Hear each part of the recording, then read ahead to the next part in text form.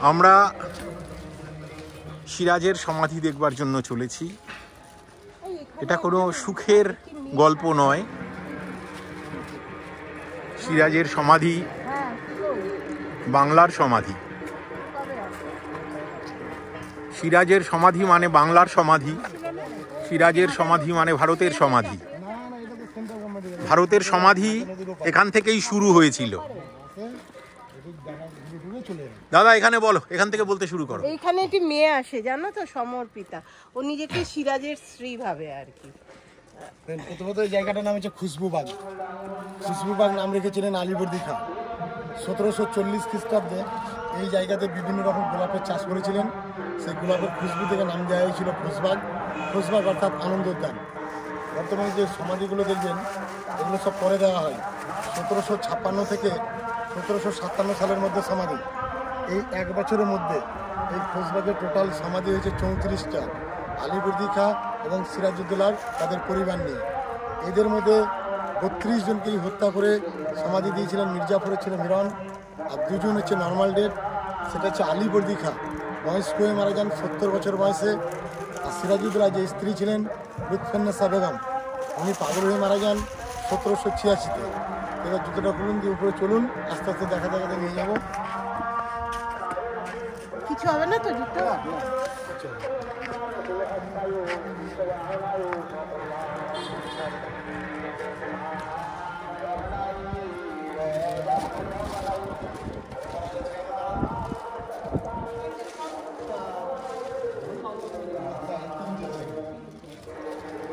তো ফার্স্ট যে আপনারা যে সমাধিটা দেখছেন গেটের সামনে, এটা হচ্ছে আলীবর্দী খাঁর স্ত্রী।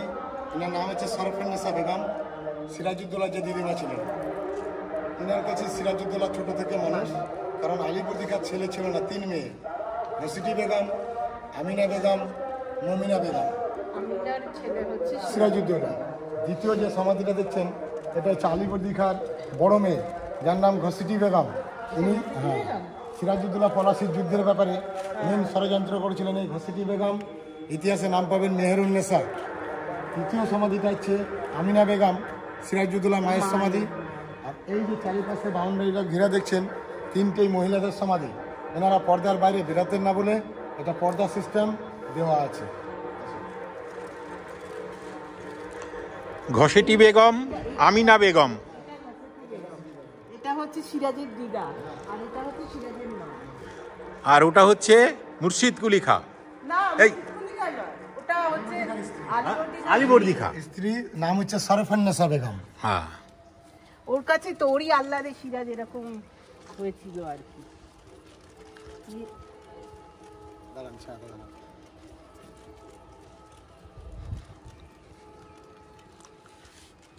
এই বেদিটার মধ্যে ছোট বড় মিলিয়ে 17টা সমাধি আছে। পলাশির যুদ্ধ হয়েছিল 1757 সালে 23শে জুন। যুদ্ধের পর সিরাজউদ্দৌলা যখন পরাজয়ী হয়ে যায়, তখন ছদ্মবেশে মুর্শিদাবাদ ছেড়ে চলে যাচ্ছিলেন নদীপথে বুড়িগঙ্গা দিয়ে। মির্জাফরের ছেলে মিরন ঘোষণা করলেন যে সিরাজউদ্দৌলাকে ধরিয়ে দিবে তাকে 1000 একটা স্বর্ণমুদ্রা পুরস্কার দেওয়া হবে। সিরাজউদ্দৌলা যখন ছদ্মবেশে নৌকাপথে চলে যাচ্ছিলেন, সিরাজউদ্দৌলার পায়ে যে নাগরা জুতো ছিল সেটা দেখে চিনতে পেরে যায় মাঝি। ওই মাঝিটার নাম ইতিহাসে পাবেন দানেশ ফকির। উনি মির্জাফরের ছেলে মিরনকে খবর দিয়ে সিরাজউদ্দৌলাকে ধরিয়ে দিলেন মুঙ্গের পাটনার কাছে রাজমহলে ঘাটে। ওখান থেকে বন্দি করে নিয়ে এসে যখন মির্জাফরের বাড়িতে রেখেছিলেন সিরাজউদ্দৌলাকে, 17 জন সিরাজউদ্দৌলার আত্মীয় স্বজন এরা খবর পেয়ে মুঙ্গের পাটনা থেকে কেউ এসেছিলেন ঢাকা থেকে মির্জাফরের বাড়িতে বন্দি অবস্থায় সিরাজউদ্দৌলাকে দেখা করতে। মির্জাফরের ছেলে মিরন দেখলো সিরাজউদ্দৌলাকে দেখা করিয়ে এদেরকে ছেড়ে দিলে এরা আবার দেশে যে সিংহাসনের দাবিদার হবে বা যুদ্ধ ঘোষণা করবে। 17 জনকে অতিথি হিসাবে নিমন্ত্রণ করে খাবারের সাথে বিষ খাইয়ে একই দিনে গুপ্তভাবে মেরেছিলেন মির্জাফরের ছেলে মিরন। 17 জনকে গুপ্তভাবে মেরেছিলেন বলেই ইতিহাসের পাতায় প্রমাণপত্রে এদের কারো নাম পাওয়া যায়নি। উঁচু উঁচু 2টো সমাধি আছে। এরা ছিলেন বয়স্ক ব্যক্তি এবং মৌলবী বলেই তাদেরকে উঁচু করে সমাধি দিয়েছিলেন মির্জাফরের ছেলে মিরন।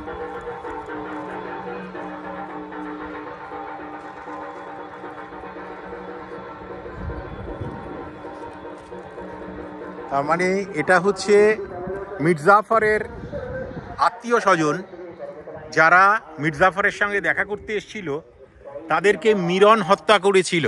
মির্জা করেন না, সিরাজদৌল্লার এই আত্মীয়স্বজন। সিরাজদৌল্লার আত্মীয় স্বজন যারা সিরাজদৌল্লার সঙ্গে দেখা করতে এসেছিল ধরা পড়ার পর, তাদেরকে মিরন হত্যা করেছিল। আর ওই বড় সমাধি দুটো, মৌলবী দুজন, এরা দুজন ছিল মৌলবী, তাই তাদের সমাধি দুটো একটু বড় করা হয়েছে। উঁচুতে করা হয়।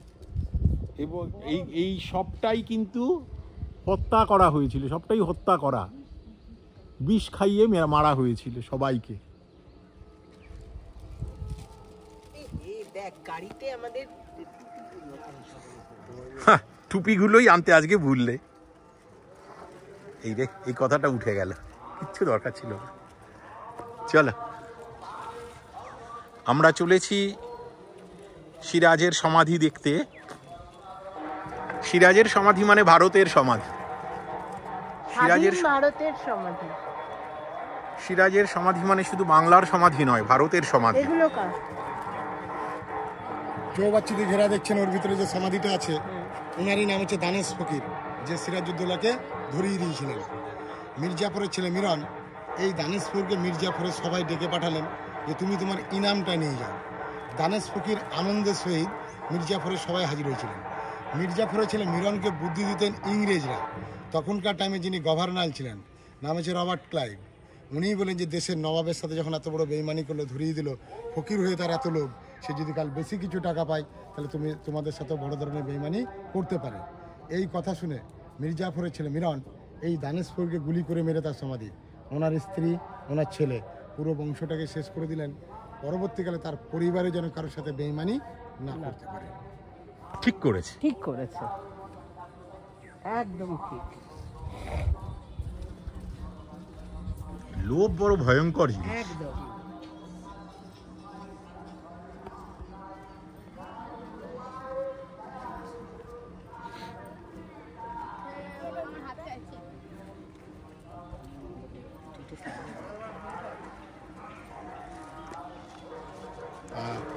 এই যে বেদিটা দেখছেন, ওই পাশেরটার নাম বলা হয় আব্দুল হোসেন, এই পাশেরটার নাম হচ্ছে সাবদুল হোসেন। দুই ভাই ছিলেন।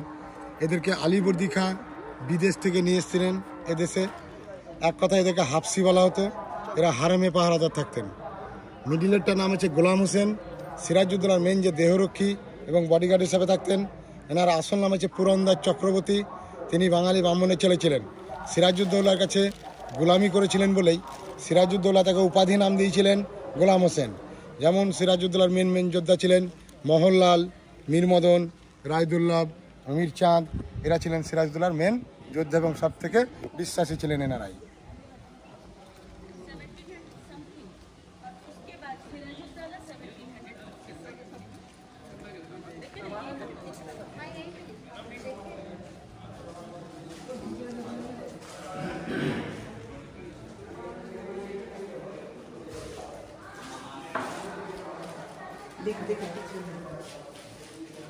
এটা কি সিরাজ?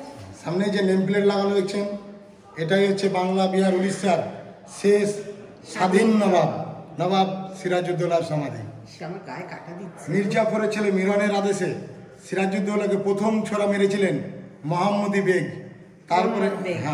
তারপরে মির্জাফরের ছেলে মিরন সিরাজউদ্দৌলার দেহটাকে কেটে বিক্ষত করে দেয়, করে বস্তায় পুরে হাতির পায়ে বেঁধে মুর্শিদাবাদে চাঁদনি চক বাজার বসত, যেটাকে মিনা বাজার বলা হতো। সেই বাজারটা মৃত্যু মিছিল করে ঘুরিয়েছিলেন তুচ্ছজনক ব্যাপার করে। পরে তার দেহটাকে সেলাই করে এই সমাধিটা দিয়েছিলেন ইংরেজরা দয়ার উপরে নির্ভর করে। পাশেরটা হচ্ছে সিরাজউদ্দৌলার পালিত ভাই, নাম হচ্ছে মির্জা মেহেদি। এনাকে চিৎ করে ফেলে তক্তার মধ্যে তক্তার চাপা দিয়ে হাতির পায়ের তলায় পিষে মেরেছিলেন মির্জাফরের ছেলে মিরন। সিরাজউদ্দৌলার পায়ের নিচেই সিরাজউদ্দৌলার স্ত্রী লুৎফুন্নেসা বেগম, ইনি পাগল হয়ে মারা যান 1786-তে। ও তো 1757 সালে 23শে জুন পলাশী যুদ্ধ, 2রা জুলাই হত্যা হয় সিরাজউদ্দৌলাকে 9 দিন বাদে। এবার 2রা জুলাই থেকে 86, তাহলে 29 বছর। এই 29 বছর এই লুৎফুন্নেসা বেগম এই খোঁজবাগটাকে দেখাশোনা করেছেন।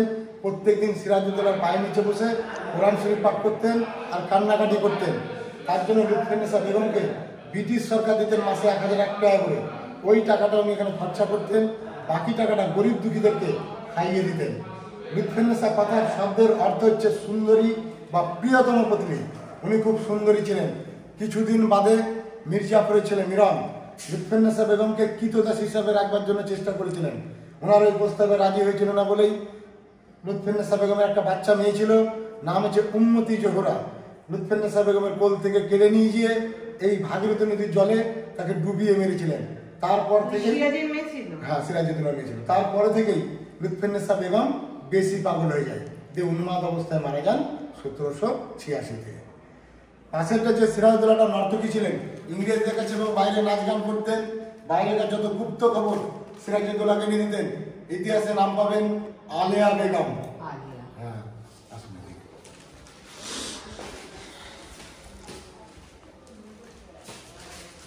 এটাকে দেখে যেন কেমন একটা লাগছে, গা কাটা দিচ্ছে।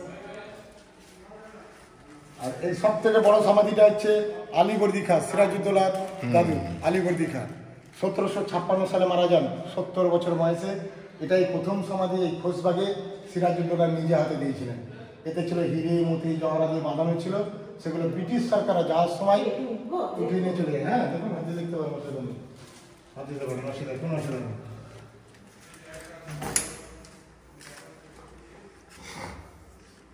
আর এনারই পায়ের নিচে সিরাজউদ্দৌলার মেয়ে, নাম হচ্ছে উম্মতি জোহরা। এই ভাগীরথী নদীর জলে তাকে ডুবিয়ে মেরেছিলেন মির্জাপুরের ছেলে মিরন।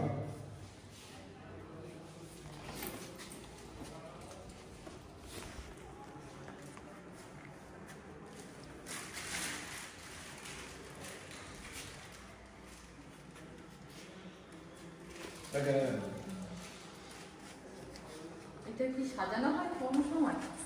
না, দেখি এখানে ধরো।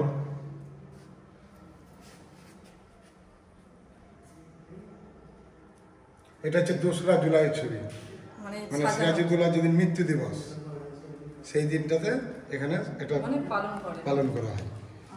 পরে কি হ্যাঁ, গভর্নমেন্ট থেকে? গভর্নমেন্ট থেকে না, এটা এটা এইটা আপনি- না, এই আলিবর্দী খান। এটা আপনিও পারবেন। এটা হচ্ছে ধরুন, হ্যাঁ এটা আলীবর্দী খাঁ, এটা আপনিও পারবেন, কারণ শেষ স্বাধীন নবাব সিরাজউদ্দৌলা যেরকম শ্রদ্ধাটা জানালেন, এবার আপনার ওনার প্রতি শ্রদ্ধা আছে, সেই দিনটাই আপনি আসলেন। আর এটাকে বেশিরভাগই উৎসাহ দেয় নেতাজি যে আজাদ হিন্দ বাহিনী আছে না? হ্যাঁ, আজাদ হিন্দ বাহিনী। হ্যাঁ, আজাদ হিন্দ বাহিনী, এই যে এনারাই আসে বাইরে থেকে, ওনাদের ড্রেস মেস পরে এনারা এসে এখানে প্যারেড ফ্যারেড করে দেশের জন্য লড়াই হয়েছিল, তার জন্য এক একটা দেশ এক এক রকম ধরুন সেই দিনটাই আসে। আইএনএ ওরা, এটা আইএনএ থেকে আসে। হ্যাঁ আইএনএ থেকে আসে। এরা বিভিন্ন জায়গা থেকে আসে, শুধু ওখান থেকে না, ধরুন বাংলাদেশ থেকে, মানে আইএনএ যেখানে যেখানে আছে তারা আন্দোলন আইএনএ আসে, থেকে ওরা আসে। হ্যাঁ, এসে তারা পালন করে যায়। বাচ্চাটাকে কেমন করে মেরেছে। মিরনকে কিভাবে মেরেছে? মিরনকে ইংরেজরা মেরেছিলেন, কিন্তু নাম দেয় বজ্রঘাতে মারা যান, বাজ পড়ে। কারণ সিরাজউদ্দৌলাকে হত্যার পর সিরাজউদ্দৌলার মা আমিনা বেগম মির্জাপুরের ছেলে মিরনকে একটা অভিশাপ দিয়েছিলেন যে তুমি আমার সিরাজউদ্দৌলাকে মারলে তুমি কোনোদিন বিনা মেঘে বজ্রঘাতে মারা যাবে। তো ইংরেজরা দেখলো মির্জাপুরের ছেলে মিরন এদের ধরে বা নিজেদের লোককে মারতে যখন কারো দ্বিধাবোধ হচ্ছে না, তাহলে আমাদের 2-4 জন ইংরেজকে মারতেও তার দ্বিধাবোধ হবে না। তখন কি করলেন, এনাকে হরিণ শিকার করার নাম করে নিয়ে চলে গেলেন দুমকা জেলায়, দিয়ে তাকে ওখানে গুলি করে মেরে তার সমাধি দিয়ে দেয় দুমকা জেলায়। জায়গাটার নাম হচ্ছে সিঙ্গি দালান। আপন কি? সিঙ্গি দালান, সিঙ্গিরা। হ্যাঁ বিহার করছে ওটা, ঠিক আছে। ওখানে তার সমাধি দিয়ে দেয়, দিয়ে ইংরেজরা মুর্শিদাবাদে এসে রটিয়ে দিল কি যে মির্জাপুরের ছেলে মিরন বজ্রঘাতে মারা গেছে। এদিন মুর্শিদাবাদে বা আশেপাশেকার লোকজনরা এত যখন হত্যা করেছে, নিশ্চয়ই উপরওয়ালা তাকে মেরে দিয়েছে। এই হচ্ছে ব্যাপার না। আর মির্জাপুর মারা যান কুষ্ঠরোগে। রবার্ট ক্লেভ মারা যান নিজের গলা নিজে সুসাইড করেছিলেন, গলা কেটে। মানে সিরাজউদ্দৌলার সাথে যারা যারা বেইমানি করেছে কেউ কিন্তু তাদের সুস্থভাবে মারা যায়নি। হসিটি বেগমকে বুড়িগঙ্গার জলে ডুবিয়ে মেরেছিলেন মির্জাপুরের ছেলে মিরন। সিরাজউদ্দৌলাকে হত্যার পর হসিটি বেগম, আমিনা বেগম, সরফুন্নেসা বেগম মানে মা আর 2 মেয়ে পালিয়েছিলেন ঢাকার দিকে। তখন তাদেরকে পদ্মার জলের বজ্রাটাকে ফুটো করে দেয়, ফুটো করে তাদেরকে জল ঢুকিয়ে পদ্মায় ডুবিয়ে মেরেছিলেন। এবার আপনি যদি প্রশ্ন করেন যে তাহলে এদের সমাধি কী করে হলো, লাশ তো পাওয়া যায়নি। এবার ইতিহাস বলছে যে ওনারা বজরাই করে হাতে করে উঠতে যাচ্ছিলেন, নৌকা, আমরা নৌকা বলছি, নৌকায় হাত দিয়ে উঠতে যাচ্ছিলেন, তখন মির্জাপুরের ছেলে মিরন তাদের তরোয়াল দিয়ে হাতগুলো কেটে দেওয়া হয়, সেই হাতের সমাধি আছে এখানে। বোঝা গেল? এই হচ্ছে ব্যাপার এনাদের।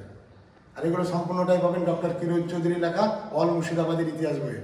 ওটা দেখে কিন্তু গাইডের ট্রেনিং হয়, বা এত কিছু আমরা কিন্তু বলতে পারছি আপনাকে, আমার যতটুকু মনে আছে আর কি। এটা হচ্ছে আলীবর্দী খান মেজর মেয়ের ছেলে।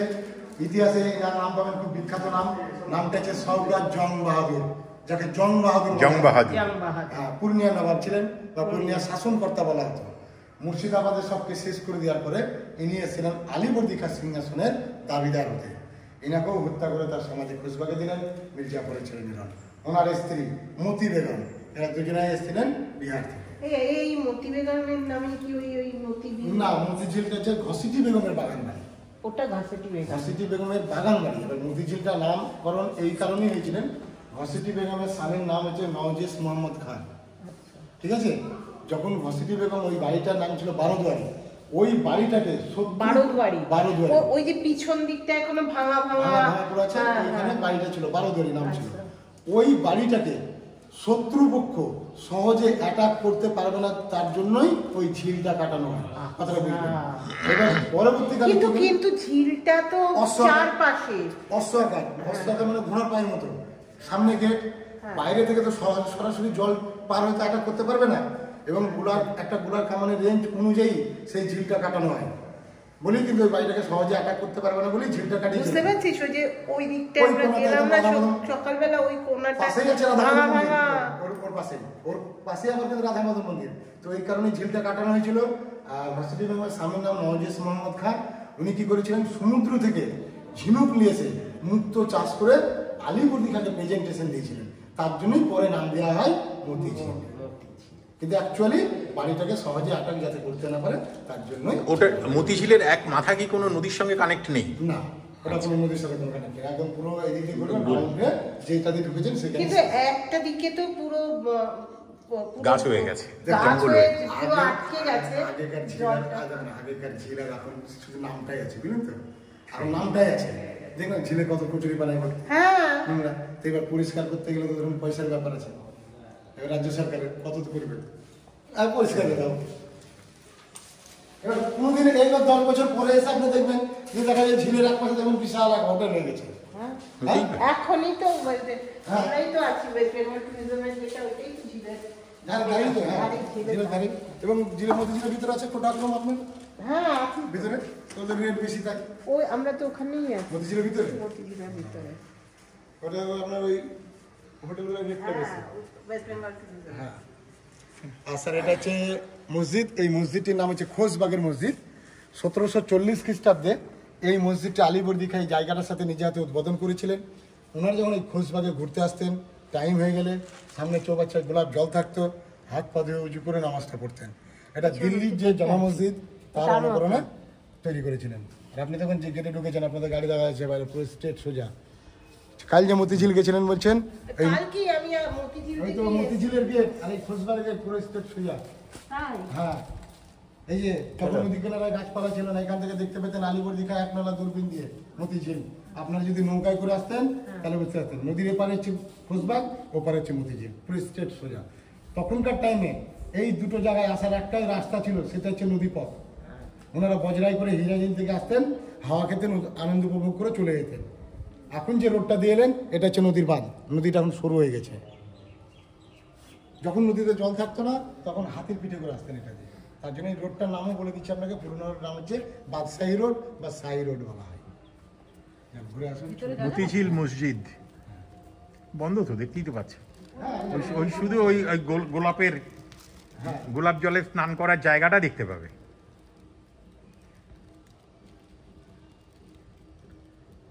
সবে একটা স্পট হলো, হ্যাঁ এখনো অনেকগুলো বাকি, মনে করিয়ে দিই।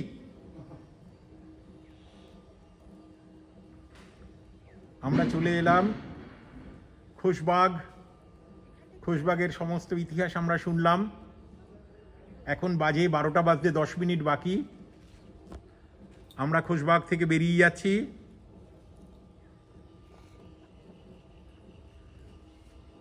এই খোশবাগ থেকে ওই যে দেখা যাচ্ছে গেট, গেট কিন্তু সোজা এখান থেকে দেখা যায়, গেটের বাইরে বেরোনো। বাইরে থেকে মসজিদটা দেখা যাচ্ছিল।